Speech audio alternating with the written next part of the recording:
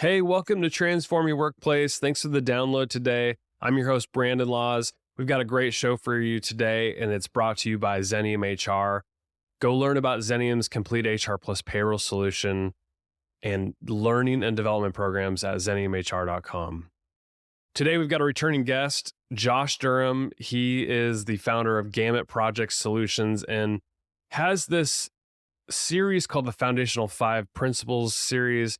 And in a few other episodes, we talked about communication, agreements, and today we're talking about the leadership principle, specifically around purpose-driven leadership. And he talks a lot about delegation, honest communication, how to knowledge share, how to mentor your people, and how to free up your time. I mean, as leaders, we get bogged down with firefighting, and Josh offers some expertise in that area as well.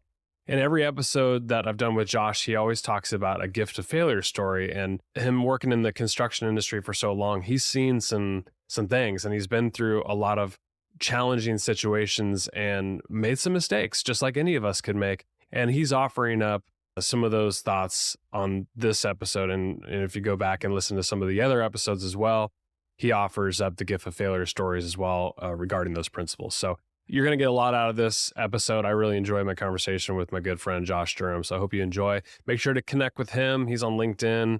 I'm on LinkedIn as well. Love hearing from listeners how you're liking the show, how you're applying these things to your workplace. We're out to transform workplaces in a positive way, and we're trying to provide educational material for you to take back to your teams. And we are thankful that you're getting a lot out of this show. We love the feedback. So enjoy today's episode with Josh Durham, founder of Gamut Project Solutions.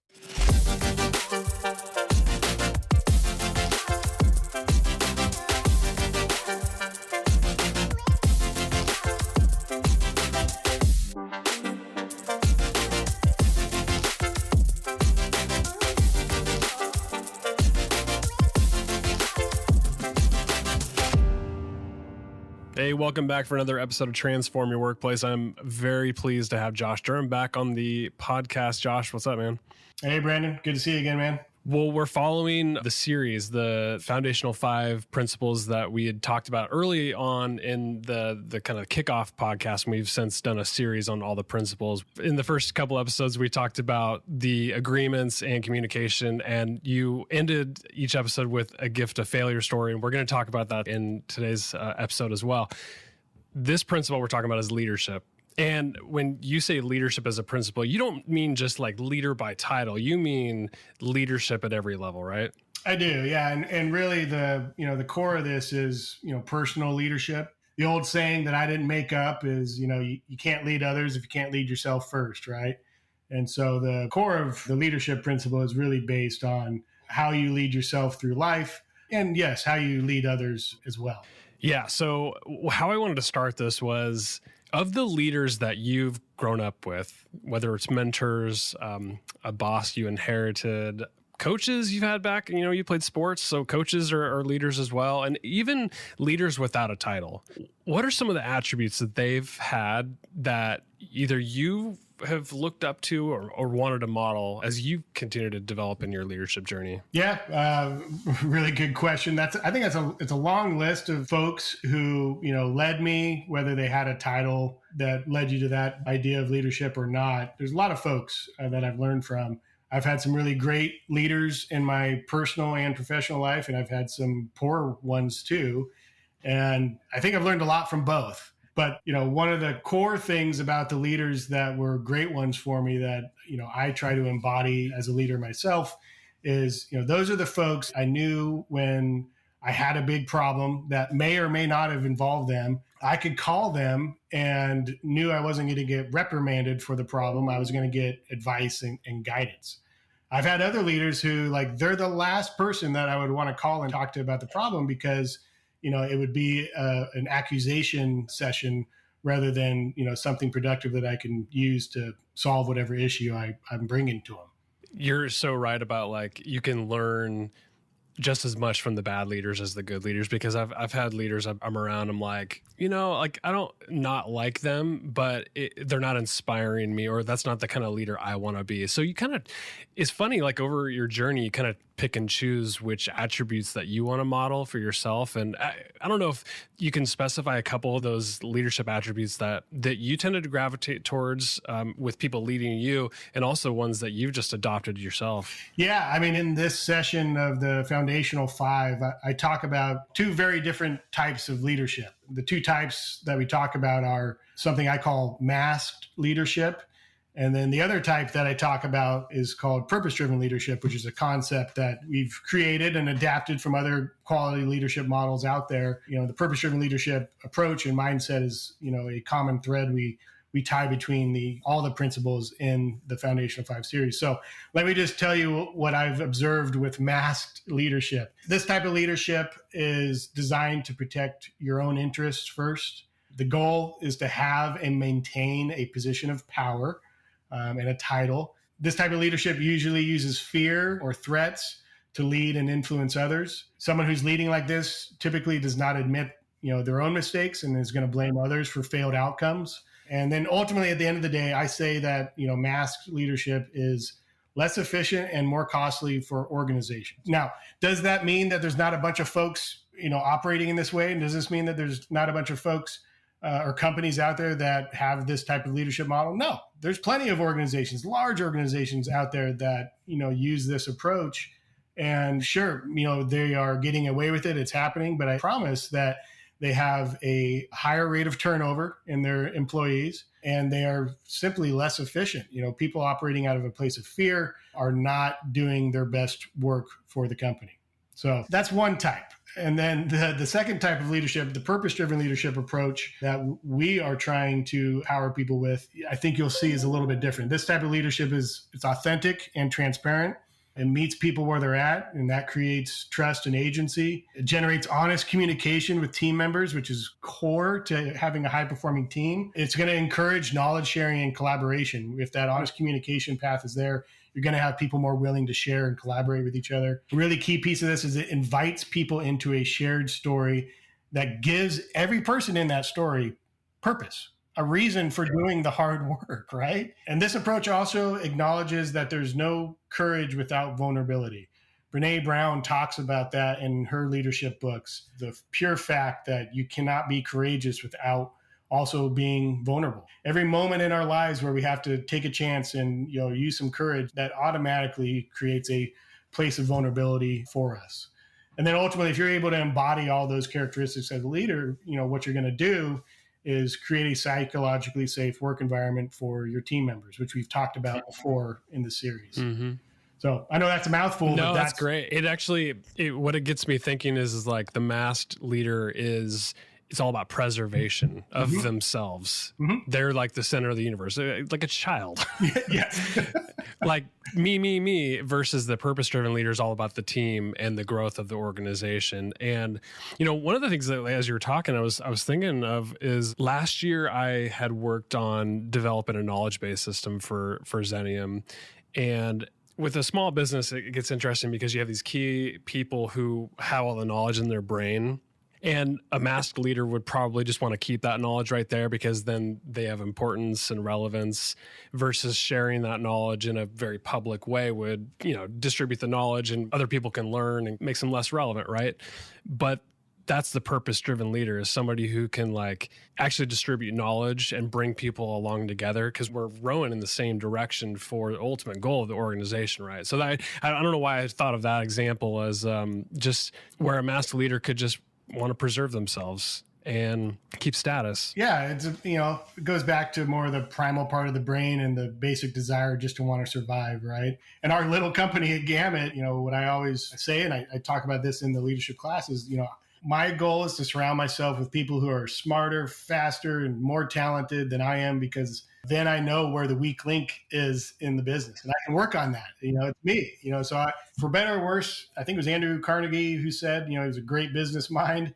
He said, if you hire dwarves, you're going to stay small. If you hire giants, watch how big you'll get, right? That's the idea, behind purpose-driven leadership is be vulnerable, be okay, not with being the center of knowledge, and power in your organization. Distribute that and empower other folks. Ultimately, it's got to make your job easier and less stressful, right? If you spread that knowledge out and empower others to do great work, then you're not having to do it all, right? And like, because you're helping others inside your organization grow and you're doing it together in a collaborative way, they're probably making the client experience great too. They're taking care of your customers and probably helping you grow the business in the meantime. I think that's the benefit of a purpose-driven leader. 100%. Yeah, exactly. You want, high-performing team members. The last thing, your client wants is to be working with somebody that says, oh, I got to go check with my boss on every critical decision point, right? Like, it's super inefficient for the client. It's not empowering for the individual you have on the team. Again, it's a less effective way to run your company. Yep. So in leadership, whether in a title or somebody who has those capabilities as a leader, decision-making is a really key component to being an effective leader. You have a quote inside your presentation that I thought I'd just get your feedback on and see what you mean by it. But the quote is, take time to ruminate. Decisions in haste are usually a waste. That's the quote. What do you mean by that? And how is this relevant to what we're talking about today? Yeah, that's the principle behind the principle in leadership, right? I think being someone who wore the proverbial 6 shooters on my hip for many years and just calling shots, as fast as I could and not necessarily considering all the repercussions or impacts of those decisions. The older I got and, the more folks I had to lead, I really found that taking a moment to think and then, think again about the decision you're going to make and what those ripple effects are is highly valuable. In this fast-paced business world that we live in, everyone wants an answer and a decision right now in this very moment, go, go, go. And while yes, sometimes that works, and intuition, and gut and experience all play into that. Taking a pause to make a thoughtful choice about, the big decisions, that you have to make as a leader is critical to, to your success and to the success, of the people that are working with or for you as well. Because our decisions as leaders ultimately impact so many things, whether we're talking about construction or whether we're talking about, an HR firm, it all still comes into play. Ultimately, our decisions are going to impact profit and cash flow in your business more than any single other thing. Again, we can put on the mask and blame whoever we want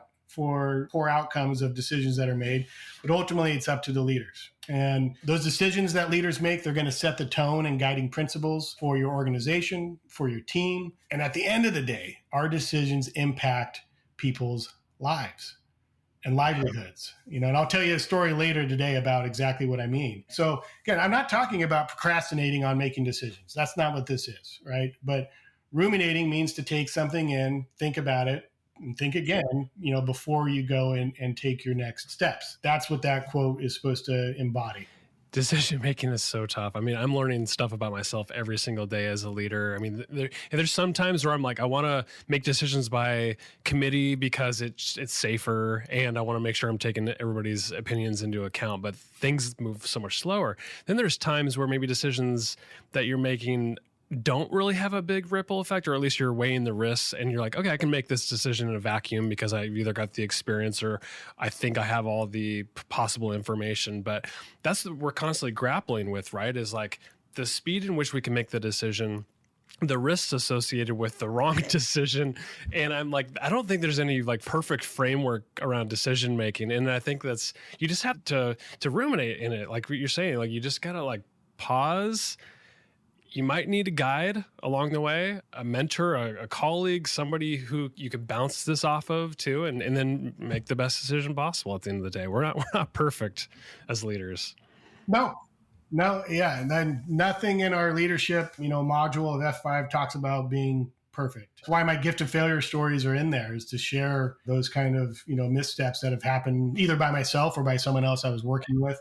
To share like, look, this is ugly and messy what we do as leaders in organizations. But if you go at it with the purpose-driven leadership mindset, and those characteristics that we talked about earlier, you're still going to find success, and you're still going to find people that want to follow you and work with you if you take that approach. If you make mistakes and you wear the leadership mask at the same time, that's when you're going to fail. In your presentation, you talk about the characters that we play throughout our lives. And so those characters are victim, villain, don't be a villain, hero, and then the guide. I think you suggest like leaders need to be the guide at the end of the day. Why do you say that? Yeah. And just for clarity's sake, the victim, villain, hero, and guide concept, that's something that comes from Donald Miller and his way of telling stories. And he's a well-written writer, as you know, Brandon. And so, I heard him talk about, these characters that we play in our lives. And it really struck me as core to how we live as humans. I've expanded on that concept and applied it into the business world. And maybe it would help just to clarify the characters a little bit. Every single one of us plays all of these characters probably on a daily basis. No, I do not. Me, myself included. Okay. And so we oscillate back and forth in between these different characters. And, when we're talking about, the victim, we're not talking about folks who've had crimes committed against them or social injustices. That's not what we're talking about here. We're talking about victimhood mentality when you're not woe is me. Woe is me. And again, we all do it. I did it yesterday. Okay. And then same with the villain. Like, we're not talking about someone who perpetrates, atrocities against others or terrible things like that. We're talking about when we're manifesting feelings of jealousy or self-doubt, cynicism, that kind of stuff. So, and then the hero, that's, someone who's in a transformational moment in their day or in their life, someone who's desiring to become better who they are. And then that guide is someone who's fueled by empathy and experience. And so those are the characters that we're talking about in this story. And again, I'll play those. And I'm sure your listeners would agree that if you're playing the victim or the villain, you're not going to be a very good leader. And frankly, heroes aren't looking for other heroes. Another hero is someone who could take your resources to go accomplish their missions. That's not really who a hero is looking for. A hero is looking for a guide. Luke needed Yoda and Obi-Wan Kenobi. Luke didn't need another Jedi when he was setting out on his first mission. So heroes are looking for guides. And who I say the hero is, that's the folks that work for you. That's your client base. That's your other team members. And as much as you can embody a guide mindset where you're giving your empathy and experience to others, that's what a purpose-driven leader is. Do you have to throw on the cape every once in a while and be the hero? Yes, we are all heroes on our own story. This is all first-person stuff that we do. But for other people, my belief is that in business, your success is going to ultimately be judged on how well you're able to serve others, not just yourself. And that's the guide mentality in our Foundational 5 series. Yeah. People who should really dive into like Donald Miller's work, because it's when you apply this to business, the marketing messaging becomes more clear. The leadership like attributes will become more clear, because we need all these roles in order for us to even be in business in the first place. You got to have victims, and whether it's like efficiency or time, like whatever, like you're trying to serve your customers with or your people, we need victims because we need to have a hero, and then the guide is helping the hero solve the problem. These roles are all needed. Yeah. Exactly. There has to be problems to solve. Otherwise we wouldn't have business, right? Yeah, exactly. Yeah. I don't know if we have time for this, but you tell a good story about like leaders need to understand the business, and you relate the business to a ship. I know this spiel can take a little bit of time, but maybe you can do a condensed version of why a business is like a ship. Yeah, I'll try. I mean, this is like a 2-hour talk usually by itself, right? But there's tons of different analogies for what a business is, right? And people use analogies to try to simplify what otherwise could be complex ideas, right? And I think a lot of folks even folks who are running businesses don't really understand all the core components of what a successful business is. And so the ship analogy that I use, we use that analogy when we're working with organizations who are trying to grow. We're giving this analogy not just to the leaders of the company, but every single employee that is part of the growth of that company. We place that in front of them to kind of level the playing field on what is a business really, right? Is it just cash in, cash out, and a paycheck? Like, is that all it is? Or is there more to it that makes it successful? So we use the boat analogy. I believe that anyone can walk up to a boat, whether you're a sailor or not, and look at it. And if you see that the sails are tattered and the hull has got a bunch of holes in it and water's coming in, anyone can walk up to a boat and say, all right, that looks pretty good. I'm going to get on it. Or boat looks unsafe. There's no way I'm getting on it unless, Johnny Depp is the one, captaining the boat, right? So that's the reason for the sailboat analogy. I think it's very approachable. And then there are the 6 key components, which we won't dive into today, but the 6 key components of the sailboat, of your business. You have the helm, which is leadership. That's where the leadership, of the boat lives, is in the helm. That's what the leadership module in F5 is all about, is those components within it. The rudder of the sailboat, that's your relationship-based marketing. And that's much different than like cold sales calls. Relationship marketing is based on the relationships that you make within your organization and with your client base that leads to ongoing work. And I choose the rudder because the rudder is what steers the boat, right? You can have great sales, but if you don't have a rudder that tells it which direction you want it to go, you're not going to go anywhere.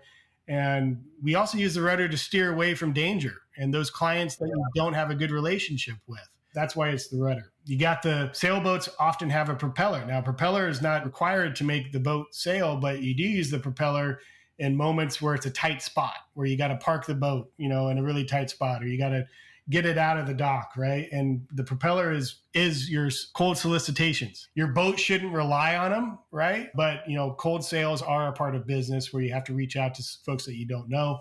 And so you do need to turn that propeller on sometimes to make the boat go.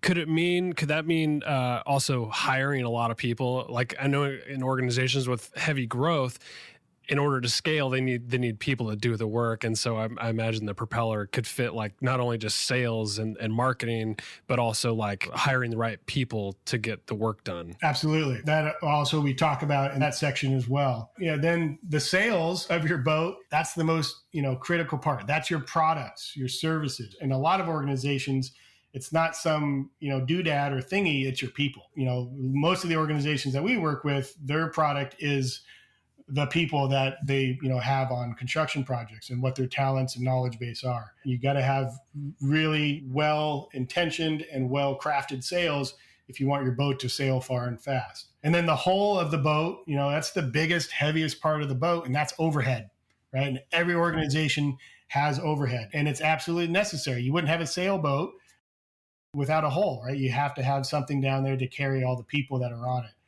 And then the last part is, your fuel source or fuel tank. Even sailboats have some sort of fuel source on them for powering their navigation system and powering that propeller when you need it. When your fuel tank, that's cash flow. You got to have positive cash flow in your business or you will crash. You'll sink. Yeah. Or your boat will be stuck in the middle of the ocean. Or stuck. Yeah, you're right. So again, there's a lot of meat on each one of those bones within our discussion about the 6 key components of a successful business, but that's the 6-minute version of that analogy. That's great. And so like for leaders, tying it back to this principle that we're talking about with leadership, I imagine that you're coaching true like leaders by title on how to define each of these areas of the business so that all of your employees across every level could then come along with it and know if they want to be on that boat or not. Absolutely. Again, that's why, we have this simple analogies to make it approachable. So, we teach it to leadership of companies and the employees, but then the leadership of that company can take this analogy and continue to run with it. And all the tasks and best practices and tools that we give them within each one of those 6 areas of the business, they can keep employing those and deploying those throughout the life of the organization after we're gone and we've got them off the dock, right? Yeah. In my world, we talk a lot about, the HR space where we talk a lot about mission, vision, values, guiding principles. You can, a lot of interchangeable stuff there. You talk about it in your presentation, the differences between guiding principles and mission. You have some good analogies for those. Why don't you share those? Yeah, that's part of the leadership navigation system that we talk about in this module. I'm not going to pretend to be the smartest business mind in the world or even in my own city. You're pretty sharp. But these are, again, this is the lessons I'm learning through my own organization and all the study I've found. One of the core tools in the leadership navigation system is having an actionable mission statement or multiple mission statements. And what I've found with organizations, and again, myself included, as I started my own company, is folks get the difference between guiding principles and a mission statement screwed up all the time. They get, Yes. I see it all the time. Yeah. commingled and interchanged. And it's like, no, they are totally different things. They complement each other. Yes. Yes. They are separate things. And so I have to boil this stuff down to simple terms because that's the way my brain works. The simplest way I can describe the difference is your guiding principles are your compass. All right. And the directions on your compass never change. North is north, south is south, and so on. Right. But your mission or multiple missions, because you can have multiple missions running at once in your organization and in your life, the mission is the map or maps. Right. And you can take your compass, your guiding principles, and you can walk on any map, any route that you want. It's still going to point you in the right same cardinal directions, but you're just, on a different mission or working off a different map. So that's the simplest way I can boil it down. Yeah. And you have to have both, right? The missions that you set out on should be based on the guiding principles of the organization, right? Yep. So just let's bring this back to the boat that we were talking about. So the boat is the how. It's how we're going to reach the destination. The destination is whatever problem we're solving in the market. Building a building, helping small businesses with HR compliance, whatever we're doing, right? So the boat is the vessel in which we can get to the destination. The mission guides us, and then the guiding principles is the compass. It keeps us heading in the right direction. Exactly. Yeah. And so, part of that leadership navigation system is this actionable mission statement script that we give organizations and it's very simple. It's a very simple script. I think mission statements turn into these big, fancy, silver-tongued paragraphs that become useless. Our script is very simple. It's actionable, has tangible deliverables, and they have an end. Missions have an end. So a mission statement is not something that stands the test of time. That's your guiding principles. Missions have a beginning, middle, and end, and they have some sort of tangible outcome. So in our organization, we have, 3 different missions going probably all at once, but they all have tangible deliverables and they all have an end. And then we set out on new missions when that one is accomplished, again, based on the guiding principles of the company. Well said. I know we're running a little. I got a couple more things for you, and then I want to get you to get to your gifts of failure. So, just in your leadership journey, I'm curious what you believe are the biggest traps that you've fallen into as a leader. I know what mine would be.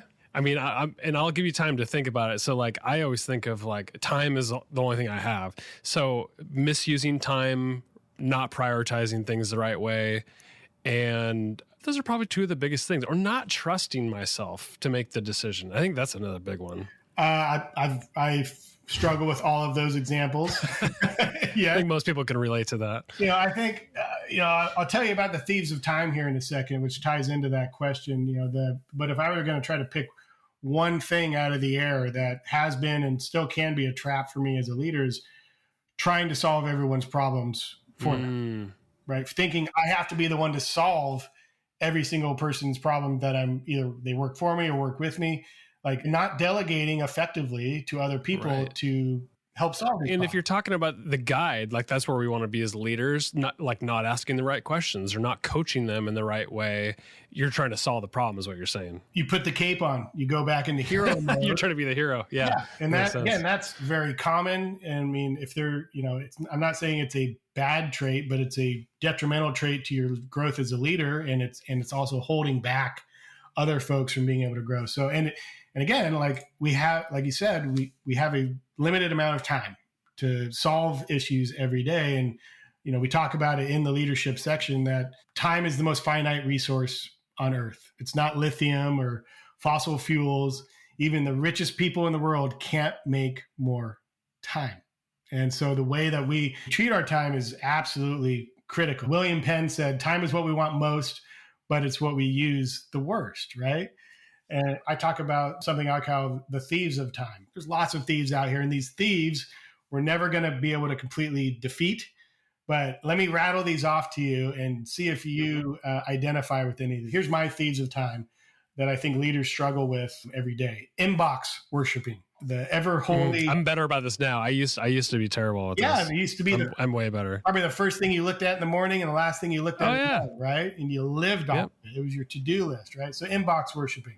attending non-essential meetings, those meetings that you're in and you keep asking yourself, why am I here? Am I adding value, right? News feed or social media doom scrolling, right? That one, again, it's a thief I battle myself. It's so bad. And usually what I find is, at least for me personally, like I'll start on a doom scroll right before I'm about to do something challenging, whether it's making a tough phone call or I know I have to build this really expansive presentation or, I need to write a, construction schedule, whatever it is. And I'll be like, before I do that, I'm just going to check Facebook real quick and see what's going on there. Why? Right? And then you're all of a sudden you're doom scrolling and you look up and half an hour has gone by and you've just wasted that time you had to take on that task, right? And it could get you in a different mood too. I've been to times where I've doom scrolled and I saw something I didn't like and it pissed me off. Yeah. And then it totally took me out of my element for probably like clear thinking and, making a decision, being productive or whatever. And it's just not worth it. Exactly.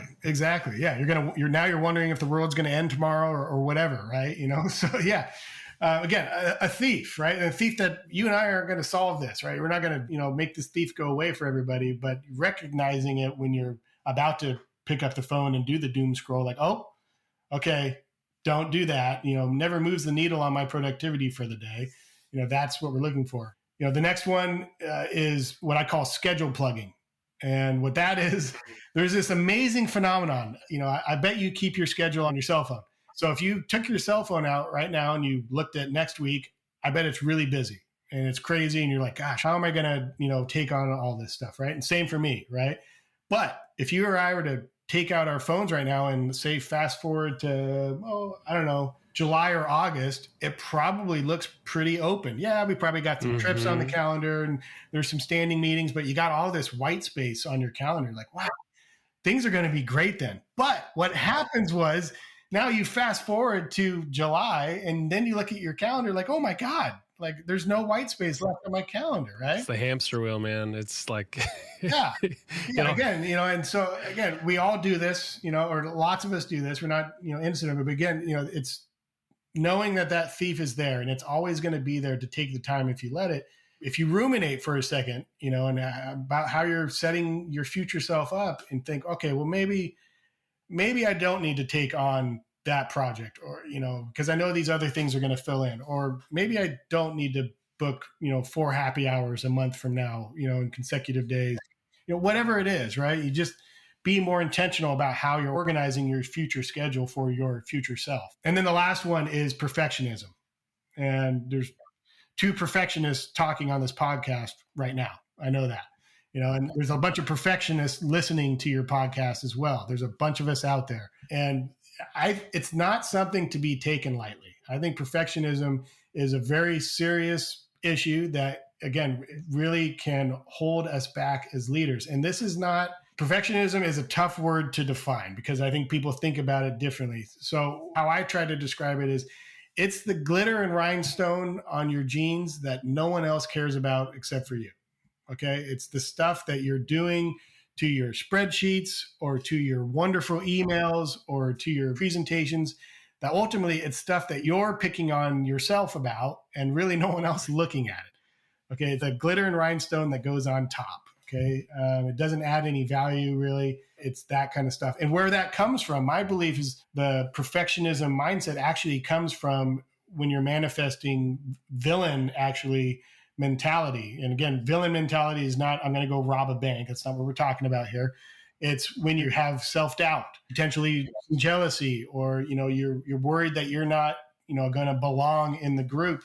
It's that kind of, mentality that manifests, that triggers perfectionism to come into play. Yes. Or it's got to be perfect. Otherwise people aren't going to accept me for who I am. So I think about perfectionism a little differently. When you're talking about the glitter and rhinestones, I'm like, okay, I get that. For regular producers of quality work, they see the stuff on the margins that other people probably don't really care about. I think about it differently with myself specifically. I think of it as in like it's paralyzing a momentum with whatever I'm producing. I'm in marketing, so it could be like, this podcast isn't perfect, I'm not going to publish it. Whereas people need to hear what we're going to say.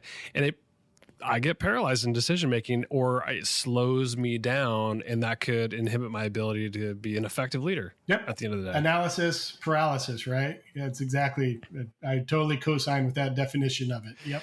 Okay. I'm going to let you get out of here in a second. Give me your gift of failure story regarding this leadership principle.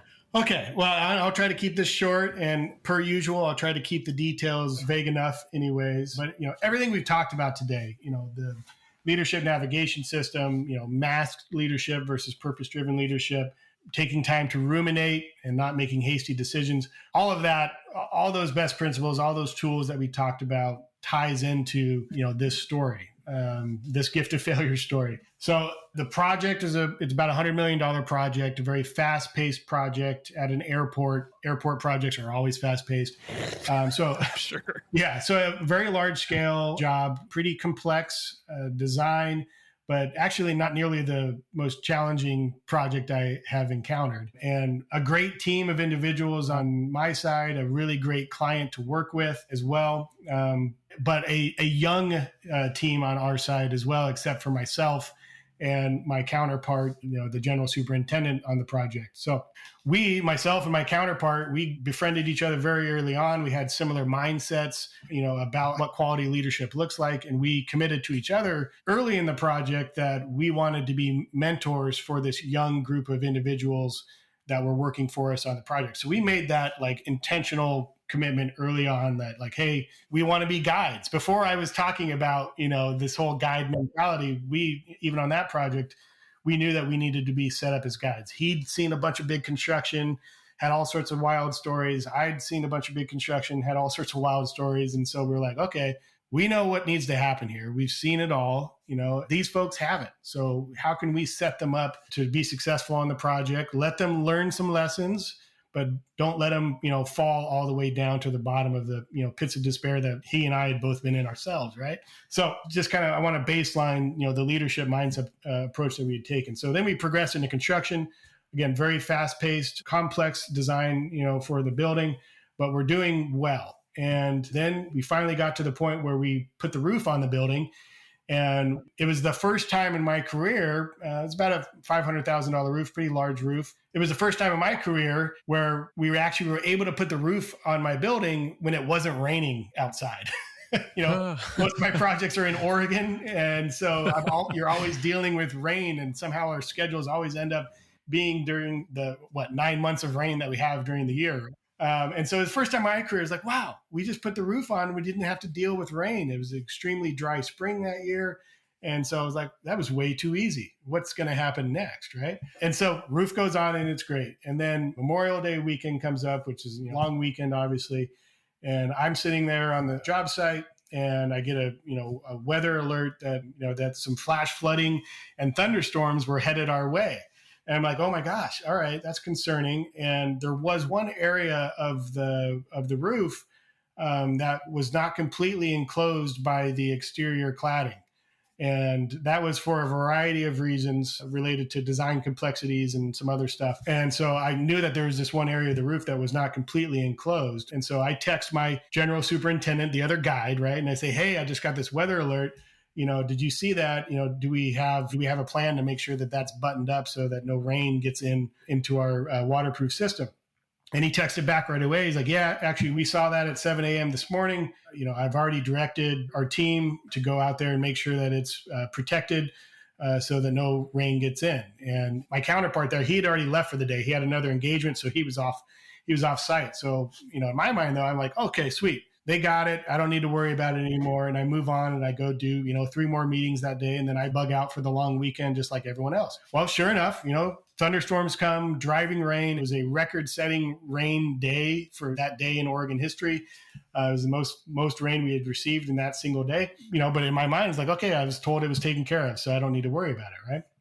So I come back the following week. I'm sitting there at my desk, 9 a.m., and I'm just catching up on emails. Like, wow, sweet, nothing bad happened, cool. And then I get a phone call. Oh, no. Yes. And it's one of our younger team members. He's standing there out on the roof of this building. And he says, Josh, I need to cut a hole in our roof. And I said, why would you do that? Yeah, don't cut a hole. Like, what are you talking about? I was like, did we miss something? Did we forget to install some piece of equipment? Like, what is it? And he's like, no, nothing like that. You remember the rain that we had over the weekend? I was like, sure, I remember. Yeah, but I was told that we were good to go. And he said, well, the protection measures that the field team decided to use didn't work. And we got water under our roof. And I just got a pit. Was it trapped? Was the water trapped in the roof somehow? Or so it didn't make it in the interior, but it's inside like the actual roof. Sandwiched between the roof. Oh my gosh. Yeah, the roof in some areas was over 30 inches thick with insulation. I imagine. Yeah. And so it was basically trapped in between the top layer of the roof and then the structural deck underneath. So it wasn't leaking down, but water and roof systems don't work. Like, you can't have water trapped underneath your roof. It's bad news, right? For all sorts of reasons. So anyways, I said, okay, well, don't do anything yet. We're coming out there and we'll make a decision together. So myself and the general superintendent, I tell him what's going on, and he's like, oh my God. So we drive out to the site, we get up there on the roof, and then, have my team there. Our young team is there. We have a special roof inspector there that's employed by the client to make sure the installations go well. That person's standing there. Our roofing subcontractor is standing there, and we're all looking at each other like, what do we do? And, so we have moisture testing devices. So we're moisture testing the roof, and sure enough, there appears to be water down there. And so it's like, okay, let's cut a hole and find out what's going on. Geez. Yeah. And so we cut a hole, a 12-inch by 12-inch hole in our brand new roof. So we cut a hole, we look down, and sure enough, there's, a half an inch of water sitting at the bottom of our roof line. And it was sitting at the low end of the roof. And the area that was supposedly temporarily protected, was at the high end of the roof. So that means all this water started at the high end and went all the way through to the low end of the roof, which means there's water underneath our entire roof. The whole thing. Whole thing.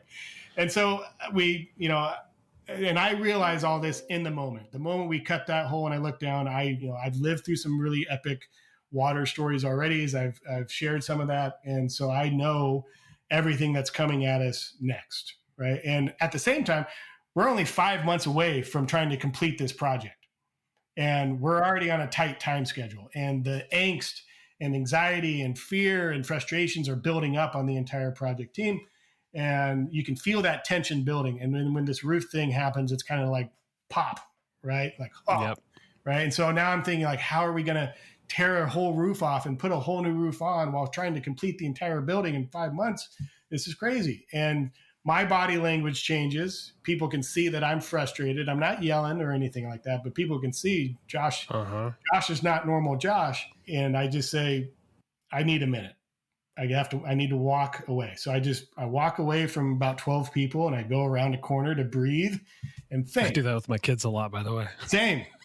Yeah. When I'm doing well, I walk away. Yeah. Yeah. And so I just took a moment. I ruminated. I walked around the corner and I started doing the thought process of everything that has to happen next in order to make this right.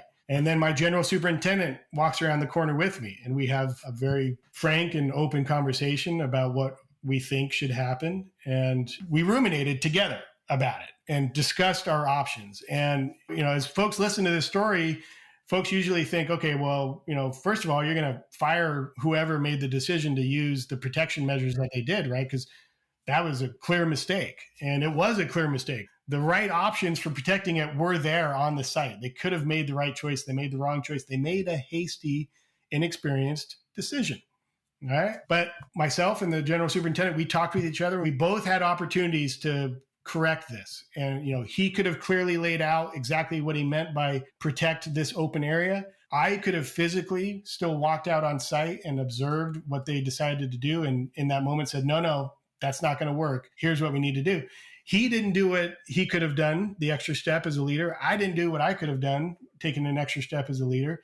And we decided in that moment, no, we're not firing that person. And we're not going to go blaming the design team for delaying the design of that area so we could have closed it up in time. We're going to own this. This is on us. We are the leaders. We are the ones making the decisions. We are the ones calling the shots. And we're going to take ownership for this issue. We made that decision within those 5 minutes of us just chatting around the corner away from everybody. And when we came back, everyone was scared of what we were about to say. And the people who made the decision the subcontractor, everyone thought we were going to come out guns blazing, right? Which is path A. And I've gone down path A plenty of times. I know how path A ends. It doesn't bring a project together. And with only 5 months left, we knew we needed to bring the project together. We needed every single person to execute. And so we came back and we told them, okay, here's what we're going to do. And we laid out a clear plan on how we're going to remedy the issue. And we said, myself and him, we are taking ownership of this. We just need you guys to execute the plan. We will deal with the client. We will deal with our own executive team, and we are taking ownership of this issue. All right. And when we did that, you could see everyone's shoulders like relax. You could see their body language physically change in the moment. I can still see it clear as day as I tell the story. Like the relief was visible in these people. And then especially the folks who were afraid they were about to lose their job, those people turned into purpose-driven leaders on the project. We took them aside and said, hey, this wasn't the way we needed this to get done. We acknowledge we didn't give clear direction, but now what we need from you is to execute the rest of the work as well as you can. Come to us when you have questions. If we don't give you clear direction, we want you to come and ask us for clarity, and we need your help delivering this project on time. And so those people became some of the driving forces to making sure the project actually got done on time, and we did. And yes, we did replace the roof. Wow. And that sucked. The whole thing? But you know what? That's what insurance is for, unfortunately. So we did replace the roof, but it did not impact turning over the space to the client on time. And when the client saw the way that we decided to handle that issue, and we didn't come out guns blazing, blaming everybody else that we could, the client wanted to be part of the solution too. They're like, okay, what can we do? How can we make this achievable without impacting, the turnover of the day? How can we make this lesser of an impact on you guys? They wanted to help. The design team wanted to help. The roofing inspector wanted to help. Everyone wanted to help because no one had the ugly leadership masks on. We threw them away.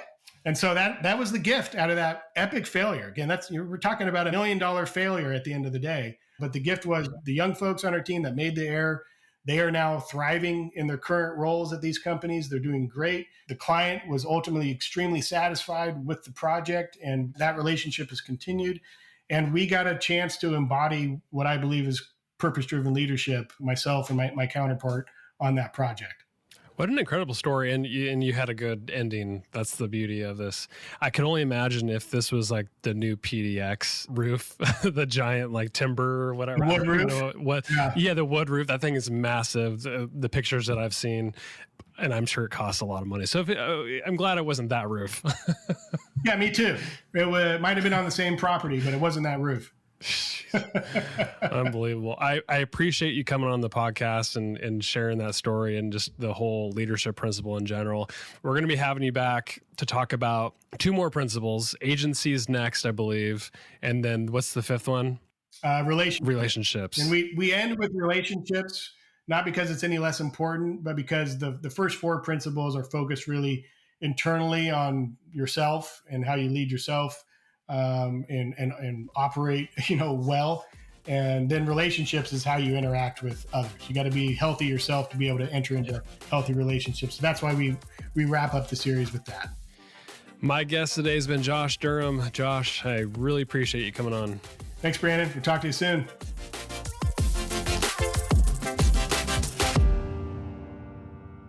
Hey, thanks so much for tuning in for today's episode of Transform Your Workplace. The content on this show is strictly for general information and educational purposes only, so that you can go transform your workplace in a positive way. The views, thoughts, and opinions expressed on the show are the guest's own and don't represent the views, thoughts, and opinions of either Xenium HR, the sponsor of the show, or me, the host, Brandon Laws. Additionally, Xenium HR or myself, Brandon Laws, doesn't endorse any guest, their business, or any organization they represent. So discretion is advised. We encourage you to work with a trusted advisor to find a custom approach that fits your organization's needs. Thanks for tuning in to today's episode.